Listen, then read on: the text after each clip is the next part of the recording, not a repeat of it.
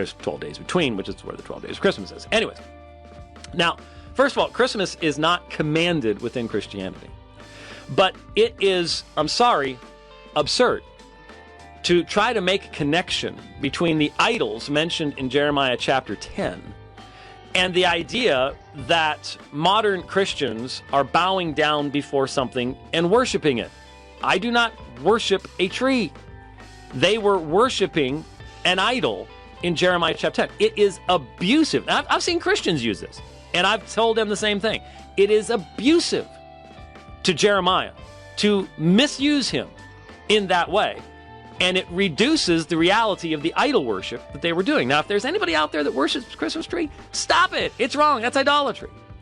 But that's obviously not what Christians are doing. And if you're going to make the assertion, it was said, Sunday is linked to Babylon. Prove it. Prove it. Give me some facts. Give me some specific citations from Babylonian sources, and then demonstrate that those Babylonian sources are contemporaneous with the early Christians and that they borrowed from it. If you're going to make the assertion, then bear the burden of proof. Otherwise, you're just simply moving your mouth and expelling air. It doesn't have any meaning. And so I ask you once again, you make the assertion, provide documentation that makes it a meaningful statement. Otherwise, you're just speaking to your own audience and you're not trying to engage in any type of meaningful discussion whatsoever. Okay, so let's hear some of the answers to the questions that I just asked in your 4-minute period.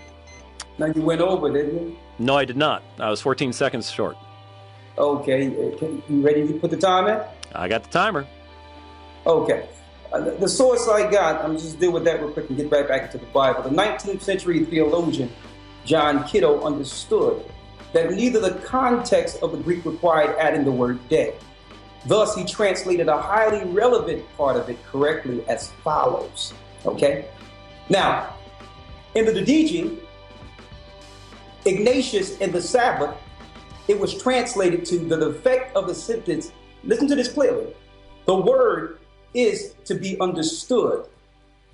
The defect of the sentence is a want of substantive to which it derives. The defect, so far from being remedied, is rendered still more glaring by the introduction.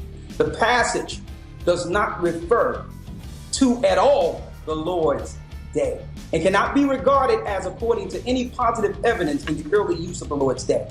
Now that's the outside source, so you got that. You can go look that up. In the Bible, which is the real source, there's nowhere, anywhere does it say first day of the week is the Lord's day. Now let me make this clear. Let me read this real quick. Matthew 12:12. All right? I'm going to go through a few of them real quick. Matthew 12:12 reads this. Okay? Now, Yeshua, who is Christ, said, "How much then is a man better than a sheep? Wherefore it is lawful to do well on the Sabbath days." He showed how to execute and being the priest over the Sabbath days and how to operate in grace on them.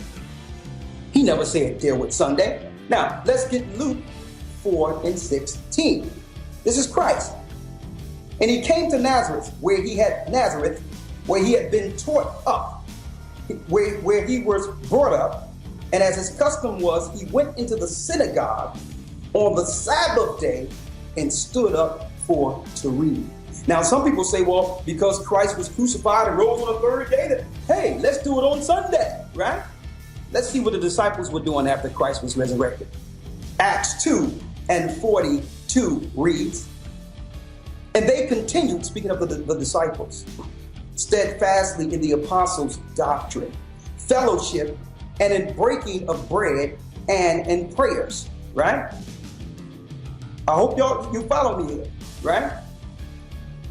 I'm going to read it again. "And they continue steadfastly in the apostles' doctrine and fellowship and in breaking of bread and in prayers." So they continued in the apostles' doctrine. So let's see what that is, the apostles' doctrine. Let's go to Acts 13:14 here. All right? Let me show you the apostles' doctrine. What were they teaching here? "But when they departed from Perga, they came to Antioch." Remember you mentioned Antioch?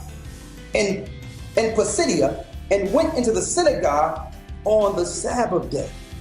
So even during the time after Christ, they were worshiping on the Sabbath, not Sunday, at Antioch. Now there's more. Acts 13:42. Let me go. Acts 13:42. And when the Jews were gone out of the synagogue, and the Gentiles besought that these words might be preached to them the next Sabbath. So even the Gentiles were learning on a Sabbath. Okay? I don't know when that switched. Maybe after we fell and the Romans got in charge. The sun worshippers, S-U-N. Now, when the congregation was broken up, many of the Jews and religious proselytes followed Paul and Barnabas, who, speaking to them, persuaded them to continue in the grace of the Most High God. And the next Sabbath day came almost the whole city together to hear the word of God. The whole city was worshiping on a Sabbath after Christ was resurrected. Okay. Now, I have the first of the 1 minutes in the crossfire starting now. All of those texts are very interesting, but they're irrelevant to the point that I made. No one is arguing that during Jesus' ministry that there was anything regarding the Lord's Day. And clearly in the early chapters of Acts, you're going to have people in Judea. That's going to make perfect sense. And if you're going to want to speak to the Jews and preach in the synagogue, you're not going to go there on Tuesday. You're going to go there on the Sabbath. So here's my question. Question number one that I hope you'll answer. Had you ever read the quote you had from Kittle that you just gave? Had you ever read it before today? Because I had a hard time understanding it because it did not seem that you understood it. And if you have read it, then please tell me, how did he deal with the term sabbatizers in the same sentence? I'm dealing with the Bible. That's it? Yeah. Okay, then I'll go back to mine. Clear 1 minute. Here's the problem. That's a cop-out. You raised the point. You made it a point of your argument, and you just ran from answering a simple question about a citation that was clearly provided to you by someone else that you'd never seen, you've never read its context, you don't know if it's accurate, and you can't answer the question as to how they interpreted the term sabbatizer in the same section. That is dishonest, sir. I call you on that.